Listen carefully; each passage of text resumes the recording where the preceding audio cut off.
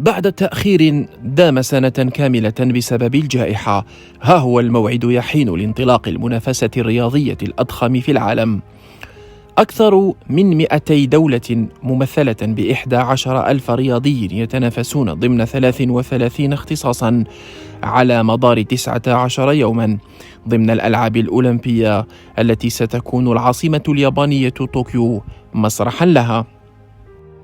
الدورة تقام خلف أبواب مغلقة، وحفل الافتتاح اقتصر على 1000 شخص أغلبهم من اليابان وخارجها، وذلك بسبب الاحترازات الوقائية لمنع تفشي وباء كورونا، إضافة إلى حالة الطوارئ المعلنة في طوكيو.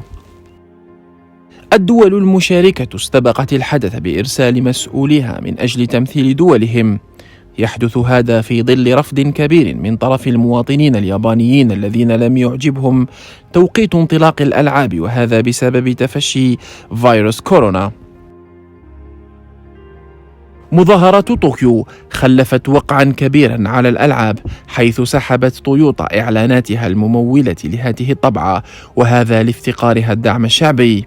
فقد أظهر استطلاع للرأي العام نشرته وسائل إعلام محلية يابانية أن ما يقارب 70% من اليابانيين يعارضون إقامة الألعاب في هذا التوقيت بالذات، ليشكل ذلك تحدي كبير للدولة التي لطالما لم تعترف بالمعجزات.